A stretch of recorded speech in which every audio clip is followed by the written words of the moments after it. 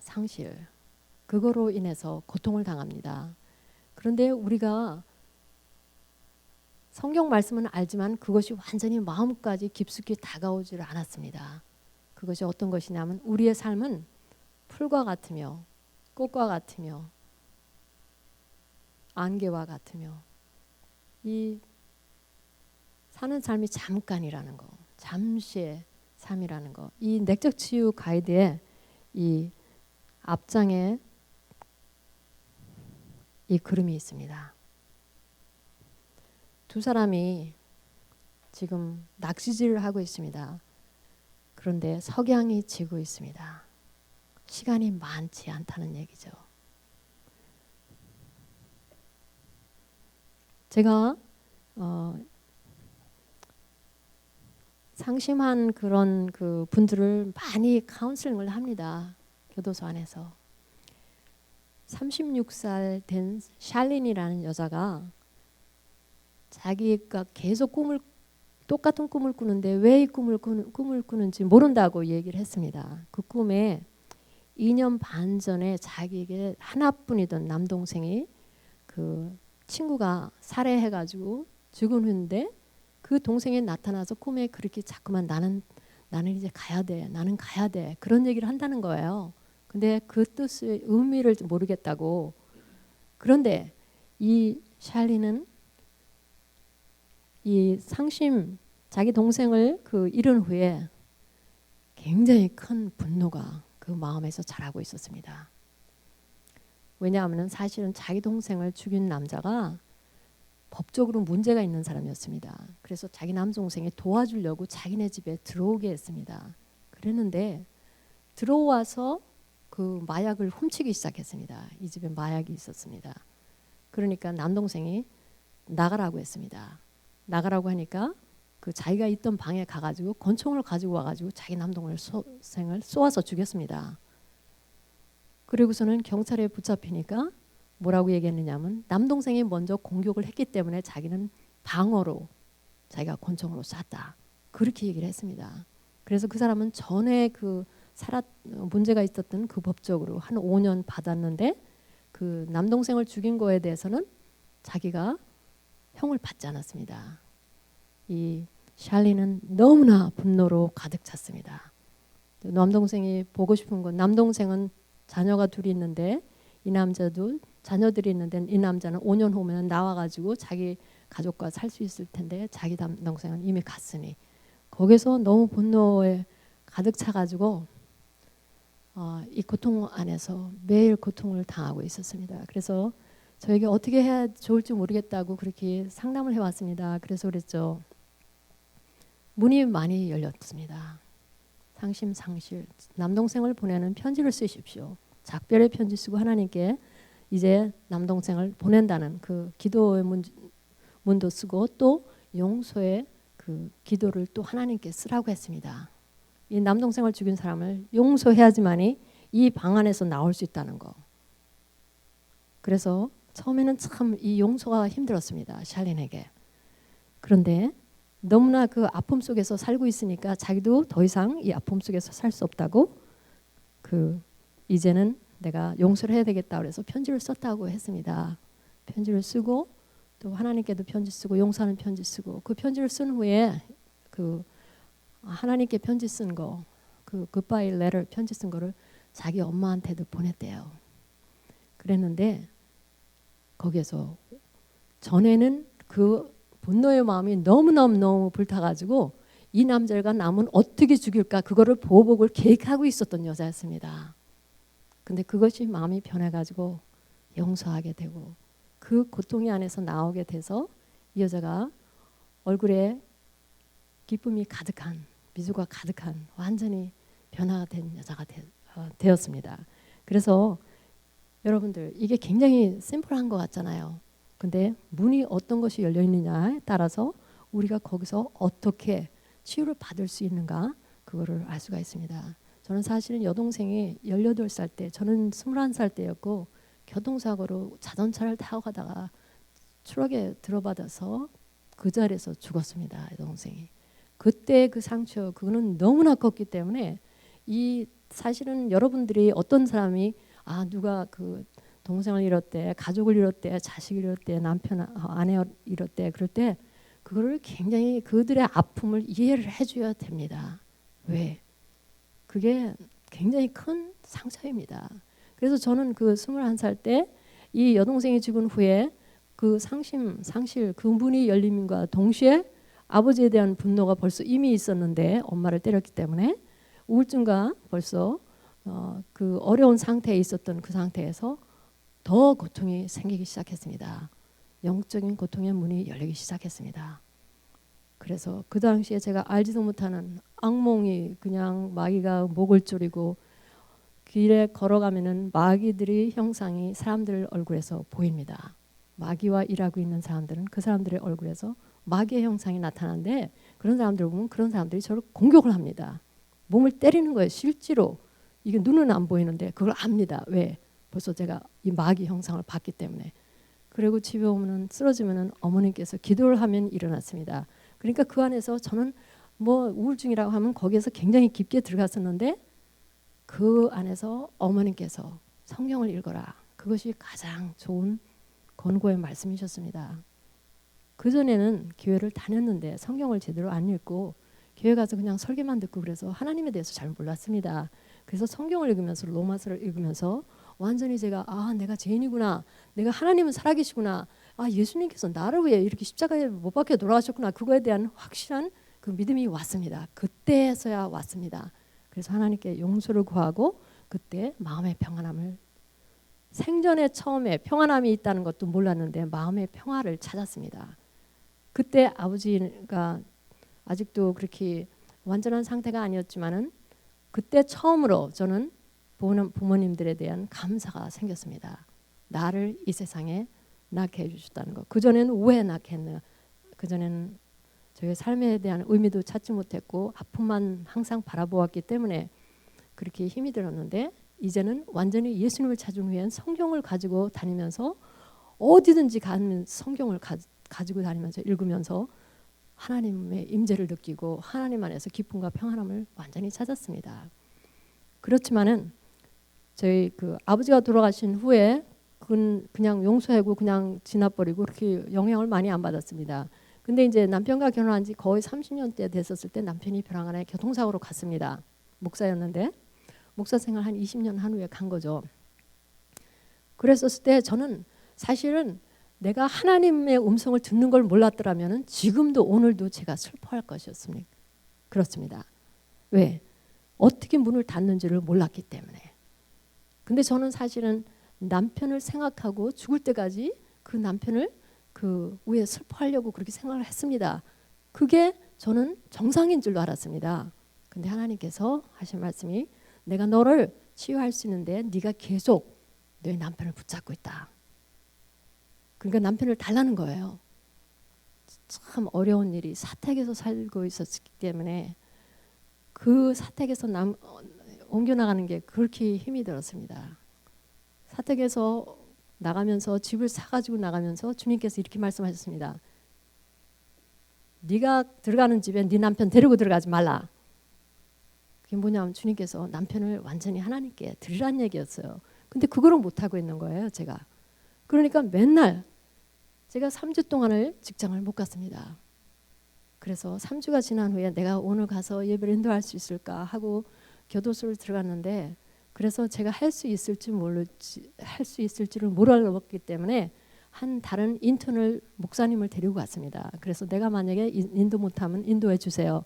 그렇게 했는데 그 안에 들어가서 제소자들이 들어와서 I am sorry about your loss 그러는데 저는 그냥 눈물만 쏟아지는데 이건 도저히 거기에서 예배를 기도도 인도를 못한다는 것을 제가 알게 되었습니다. 그래서 나오면서 아직도 내가 준비가 안 됐구나. 내가 아직도 치유가 안 됐구나 하고 나왔는데 하나님께서 그번 주에 저에게 저희 남편이 하늘에서 공중에서 춤을 추는 것을 비전을 보여주셨습니다.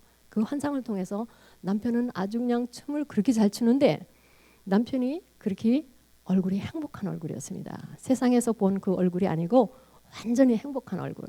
그래서 제가 그 메시지를 하나님께 받은 거죠. 네 남편은 천국에서 이렇게 춤추면서 예수님과 즐겁게 있는데 네가 그렇게 슬퍼할 필요가 뭐가 있냐?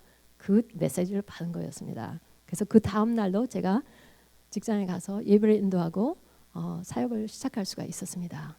그랬는데 아직까지도 50%밖에 제가 치유가 안 됐습니다. 그건 하나님의 기적으로 50%인가 치유가 됐지만 나머지 50%는 내가 하나님께 남편을 완전히 드리는 거였습니다. 그래서 하나님께서 네 남편을 나에게 달라.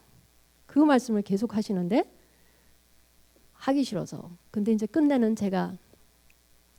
내가 이렇게 아픔 속에서 매일 뭐 계속 생각나는 게 남편밖에 없습니다. 우상 숭배가 거의 돼가고 있습니다. 남편을 사랑하는 것이, 남편을 보고 싶어하는 것이 하나님을 사랑하고 하나님을 보고 싶어하는 것보다 더 강했기 때문에, 그래서 제가 끝내는 하나님께 그렇게 기도를 했습니다. 내게 남편하고 남편에 대한 생각, 남편과 관련된 모든 그런 생각들, 모든 걸 가져가시고 주님, 내 남편을 당신께 드립니다. 나의 이 아픈 마음을 치료해 주시옵소서. 그랬는데 정말로 하나님께서 치유를 해주셨습니다. 그렇게 하고서야 제가 집에 들어갈 수가 있었습니다. 그래서 새 집에 들어간 후에 하루는 내가 이렇게 남편에 대해서 하나도 슬퍼하지 않지? 눈물도 없고 남편을 보고 싶어하는 것도 없지? 완전히 치유를 해주신 거예요. 그리고서는 후에 하나님께서 또 굿바이 편지를 쓰래요. 그래서 제가 그때는 굿바이 편지가 뭐 필요해? 내가 이미 다 치유가 됐는데. 근데도 하나님께서 쓰라고 그러시더라고요. 그게 쓰고 하시고, 그래서 남편이 간 후에 10개월 후에 치유, 사랑하는 사람들, 잃은 사람을 위하여 책이 나왔습니다. 그게 저의 저널. 그 당시에 남편이 갔을 때, 상처 넘어갔을 때는 책 프로젝트가 모든 게 다 중단됐는데 제가 저널만 쓸 수가 있었습니다. 어떻게 하나님께서 음성 주시고 하나님께서 놀랍게, 하나님께 제가 남편이 잘 있는가 보여주세요. 그러니까 그날 밤에 주님께서 꿈으로 남편이 와가지고 저한테 인사를 합니다. 그러면서 감사하다고. 그러고서는 없어지고. 그러니까 하나님께서 저의 기도를 많이 응답을 하셨어요. 그래가지고 완전히 치유가 된 후에는 이렇게 하나님께서 이렇게 빨리 치유를 하셨는데, 그 여동생이 아팠었을 때는 그때는 하나님에 대해서 잘 제가 모르고 그랬기 때문에 굉장히 오랫동안 고통을 받았습니다. 그랬는데 이 남편이 갔을 때는 3달 만에 완전히 제가 거기서 치유가 되고, 그 다음부터는 그 책이 나오면서 하나님께서 이 책을 통해서 많은 사람들을 또 치유를 하셨습니다. 근데 그 책이 다 끝났었을 때 이렇게 주님께서 말씀하셨습니다. 상심한 마음에서 치유를 구하는 기도 프로젝트를 써라, 그 말씀하셨습니다. 그래서 저는 내가 그냥 치유받은 거나 그냥 쓰게 하시지 뭘 또 그냥 또 가르치는 이 기도 프로젝트를 쓰라고 하셔, 그런 생각을 했지만은 제가 이거를 썼습니다. 그것을 이게 66장에부터 시작되는 것입니다. 그래서 여러분들에게 여기에 잠깐 그 설명을 하겠습니다. 그리고 이 기도 프로젝트는 제가 여기에 16가지의 기도 프로젝트가 내적 치유 가이드에 들어있는데요.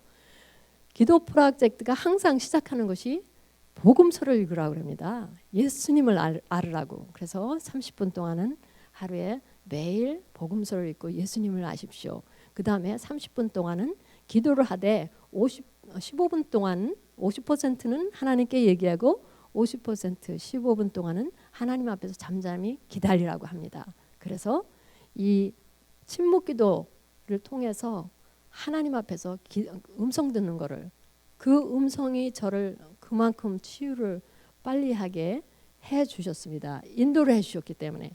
그래서 첫째는 어떤 면에서 정리해야 되는가를 여러분들에게 생각해 보라고 합니다. 그러니까는 하나님과 평화의 관계를 유지하고 있는가, 그리고 자기 자신과의 그 평화를 유지하는가, 그리고 잃어버린 사람과의 관계에서 평안을 찾았는가. 그 다음에 또 저 같은 경우에는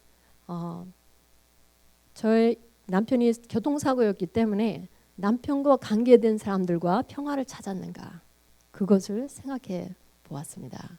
그래서 저는 하나님과 평화를 찾았고, 저 자신과에도 평안을 찾았고, 남편과에서도 평화를 찾았습니다.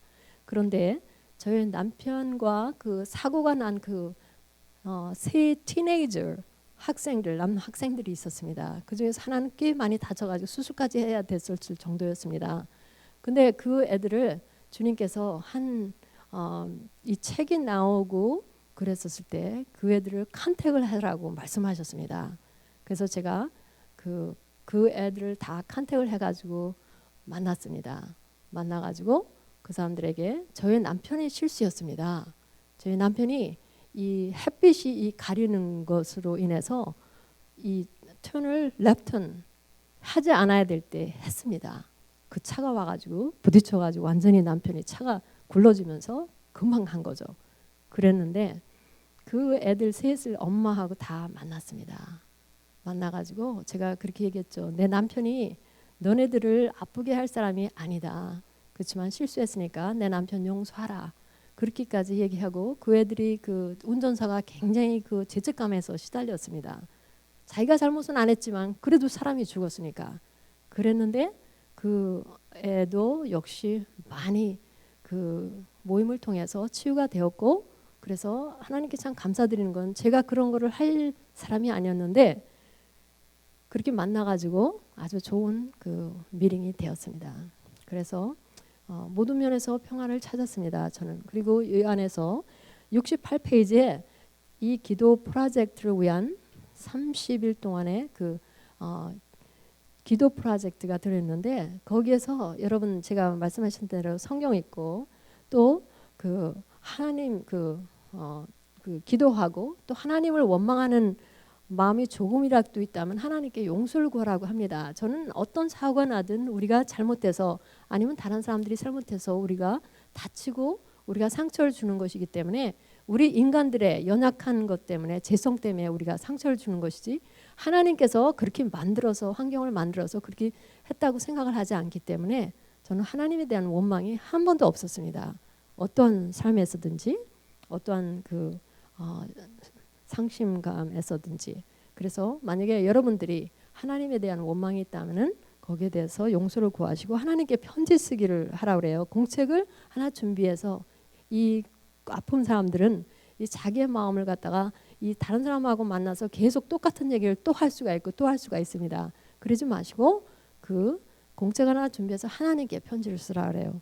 그리고 하나님께서 주시는 축복, 감사한, 그러니까 긍정적인 것을 보고 또 거기에 대해서도 감사하는 태도 갖고 거기에 편지를 쓸 수가 있습니다. 그리고 주님을 찬양하기, 그리고 우리가 모든 사람과 자신을 용서하기, 그리고 우리가 용서를 하게 되면은 자연히 우리가 이 고통의 문이 닫히게 돼 있습니다. 자신과 다른 사람들에 대해서 비판이나 판단의 그 마음을 버리고 긍휼을 가지기.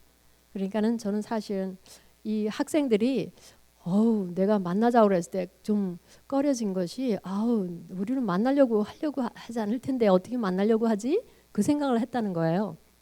왜냐하면 저희 남편이 그 사고에서 죽었기 때문에.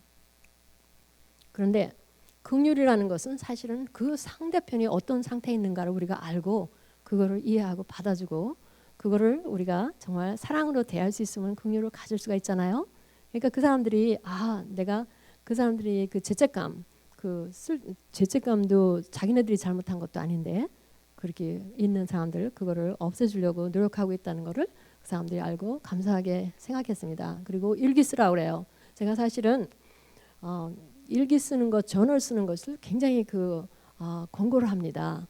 많은 사람들이 내 아픔 그거를 내놓으면서 저는 저널을 꼭 꿈을 쓰면은 꿈이 있으면은 꿈을 적고 하나님께 그 꿈을 무슨 뜻이냐고 여쭤보고요. 그리고 그 다음에 하나님의 음성을 듣는 거를 적습니다. 그리고 매일 그 삶에서 하나님께서 어떻게 인도하시는가 그거를 적습니다. 그것이 굉장히 도움이 됐습니다. 제가 사실은 하나님께서 완전히 저를 치유해 주신 후에 내가 책을 써야 되겠구나. 이제는 책을 써서 다른 사람을 도와줘야 되겠구나. 이렇게 아픈 사람들을 그랬었을 때 쓸 게 없었습니다. 왜? 무엇이 필요한가 그때 생각하니까 저널밖에 없었습니다. 그래서 여러분들 내 자신의 마음에 있는 거 하나님과 시어링하는 거 하나님께서 나와 시어링하는 거 그것이 그 책이 나왔습니다. 사랑하는 사람에게 편지 쓰기. 그는 공책을 아예 그냥 마련해 놓고 따로 마련해 놓고 간 사람을 위해서 계속 쓰라고 얘기를 합니다. 하루는 그 병원에서 체브론으로 일할 때 한 여자가 와가지고 아주 눈물을 흘리면서 아주 그냥 병원에 대해서 화가 굉장히 나 있었습니다. 왜냐하면은 그 여자는 자기 엄마가 병원에 들어올 때는 그렇게 많이 아프지 않았는데 병원에 들어와가지고 막 아프기 시작하더니 가신 거예요. 금방 가신 거예요. 그러니까 병원을 원망하는 거예요. 아, 병원이 잘못해서 이렇게 엄마가 빨리 갔다고. 그래서 그랬죠. 우리 삶은 우리가 결정하는 게 아니고 하나님의 때에 갑니다. 하나님께서 그 어머님의 때가 아니셨더라면 분명히 어머님께서 지금도 살아계십니다. 그러니까 공책을 하나 따로 준비해가지고 어머니께 편지를 쓰는 거를 한번 해보라고. 그랬더니 그 여자가 왜 다른 사람들이 이런 얘기를 안 해줬지? 그렇게 얘기를 하더라고요. 그래서 그거는 저는 체브론이기 때문에 어떻게 이 아픔을 해결하는가 그거를 얘기해 준 것뿐인데 그러고서는 편지를 쓰고 나중에는 어머님을 하나님께 보내는 그런 편지도 하나님께 쓰십시오. 그렇게 얘기를 했습니다. 그래서 치유의 간증 쓰기 그 후에 그 간증 하나님께서 나를 치유를 어떻게 하셨는가 하나님께서 우리를 저는 사실은 신앙 간증이 하나님께서 치유해 주시지 않았다면 하나님께서 관여해 주시지 않았다면 신앙 간증이 없습니다. 다 모든 게 하나님께서 다 치유해 주시고 인도해 주시고 말씀해 주시고 그거를 순종했을 때 기적을 보고 그것밖에는 없습니다. 그래서 여러분들 치유의 간증 하나님께서 나를 어떻게 인도해 주시고 나를 어떻게 이렇게 정말로 이 자리에 서게 했는가 어떻게 다른 사람을 돕게 했는가 그런 것들을 치유의 간증을 쓰십시오. 그리고 자기 연민을 버리기 다른 사람들이 내 아픔과 상처를 이해하려고 기대하지 말라는 얘기죠. 그러니까는 이 상처받은 사람들이 많은 사람들이 그거를 계속 기대를 합니다. 그래서 목사님들이 내가 남편이 죽었는데 아버지가 죽었는데 우리와 방문도 제도 안 해네. 그냥 장례식이나 그냥 끝내주고서는 그만이네. 그런 사람들이 많이 있습니다. 사실은 목사님들도 그렇고 많은 영적 지도자들이 이 상처받은 사람들에 대해서 가르쳐주는 거에 대해서 어떻게 해줄 줄을 모르는 너무나 그 상처가 크니까 어떻게 해줄 줄을 모르는 상태가 많이 있습니다. 그래서 그 사람들에게 그냥 어떻게 방문을 안 하는 것도 상처를 주는지도 모릅니다. 그래서 여러분들 이분들에게 자기 연민을 버리라고 그러니까 다른 사람한테 기대하는 걸 버리십시오. 그리고 하나님을 의지하라고 저는 그렇게 얘기했죠. 그리고 그 하나님께 치유를 구하라고 이런 사람을 상기시키고 고통과 아픔을 느끼게 하는 거기에서 치유를 해달라고 저는 기도를 했죠. 처음부터 주님 이 상처를 치유해 주십시오. 그 하나님께서 제시하는 것이 네가 네 남편을 나에게 주면은 내가 너를 치유할 수 있는데 네가 계속 남편을 붙잡고 있다. 그 말씀을 주신 것이죠.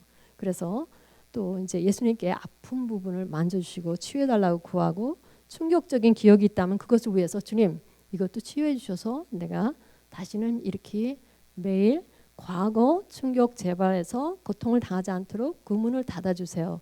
그리고 슬픔을 잊을 수 있는 시간도 마련해 보라고 합니다. 저는 휴식을 취하고 자연을 즐긴다든가 그림을 그린다든가 뭐 좋은 영화를 본다든가 뭐 친구를 방문하든가 그런 것도 우리가 주님의 그 지혜가 필요합니다. 왜냐하면 아픈 사람은 계속 아프고 거기에서도 잠깐 휴식을 취할 필요가 있습니다. 그리고 여러분들을 그 사랑과 존경으로 대하는 분들이 있습니다. 그런 가족과 친구들이 있으시면 그런 분들과 시간을 더 보내십시오. 어떤 분들은 말을 잘못해서 더 오히려 상처를 줍니다. 그래서 그런 분들은 좀 피하시고 우리가 그 지혜가 필요합니다. 어떤 사람은 내가 가까이 할 사람이 있고 어떤 사람은 멀리 할 사람이 있는데 어떤 사람은 폴키파인이 그 아주 그냥 고슴도치라 그러죠. 뭐 그런 사람들이 있습니다. 인격적으로 그런 사람들은 상처만 줍니다. 그런 사람들은 차라리 멀리하고 그리고 치유를 위해 같이 모이는 그런 그룹도 만들어서 도와줄 수가 있습니다. 그런데 조인할 수가 있고 그리고 하나님 그게 사랑하는 사람을 내려놓기. 그래서 우리가 이 기도에 대해서 굉장히 쉬운 기도인데 하나님께 하면서 하나님께 내려놓을 때 하나님께서 완전한 치유를 해주실 수 있습니다. 여기에 기도의 그 제안은 이렇게 있습니다. 주님 저의 사랑하는 사람에 대한 모든 슬픔과 아픔, 꿈과 미래에 계획한 모든 것들 그를 붙잡고 싶은 마음 그와 관계된 모든 감정을 다 내려놓습니다. 사랑하는 사람과 같이 있고 싶다거나 보고 싶은 마음도 다 가져가 주세요. 슬픔과 고통 속에서 살지 않고 주님을 사랑하며 찬송하며 모든 것에 감사하며 범사에 감사하며 항상 기뻐하며 주님께 영광을 돌릴 수 있는 삶을 살 수 있도록 도와주세요. 그런 기도를 여러분들이 하시기를 바랍니다. 그리고 저는 사실은 남편이 간 후에 이렇게 생각했어요. 저희 남편 어머님께서 거의 90살이시기 때문에 저희 남편이 50살에 갔습니다. 그런데 제가 엄마같이 이렇게 오래 살면 내가 이거 이렇게 오랫동안 혼자 사는 게 아닌가 그 생각이 들어왔습니다. 그게 자기 연민입니다. 저는 이미 하나님께서 이 남편을 데려가셨을 때 첫날부터 하나님께서 그렇게 말씀을 하셨습니다. 네 남편은 살을 그 시간 딱 살고 갔다. 그렇기 때문에 저는 그걸 받아들여야 됩니다. 그런데 저는 내가 혼자 사는 거예요. 근데 그것이 아니고 저는 처음부터 남편이 가자마자 결정을 했습니다. 나는 이제 나머지의 삶은 완전히 예수님만 섬기고 내가 예수님을 위해서 살아야 되겠다. 그 결정을 했습니다. 그래서 다른 사람들에 대해서 관심이 없고 하나님 예수님에 대해서만 관심 있고 예수님만 기쁘게 해드리고 그렇게 결정을 했습니다. 그런데도 자기 연민 같은 생각이 들어왔습니다. 그랬을 때 주님께서 이렇게 말씀하셨습니다. 너는 이제부터 1년만 남았다고 생각하고 살아라. 1년만 남았다고 생각하면 내가 걱정할 게 없죠. 내가 정년퇴직한 후에 어떻게 살까? 이거 감당할 수 있을까? 그런 걱정할 필요도 없다는 거죠. 그래서 참 주님께 참 감사를 드립니다. 그리고 계속 이 어려움 그 아픔 속에서 치유를 받아가지고 아픈 사람들을 도와줄 수 있는 사람 여러분들이 되시고요. 또 예수님을 아직도 모르시면 예수님을 영접하시고 그리고 하나님께 예배드리는 예배 매일매일 성경 읽고 그 예배드리는 그 습관을 기르라고 그렇게 말씀을 드립니다. 그리고 상실한 마음에서 치유가 된 후에는 우리가 어떻게 마음의 변화가 올까? 거기에서 73페이지입니다.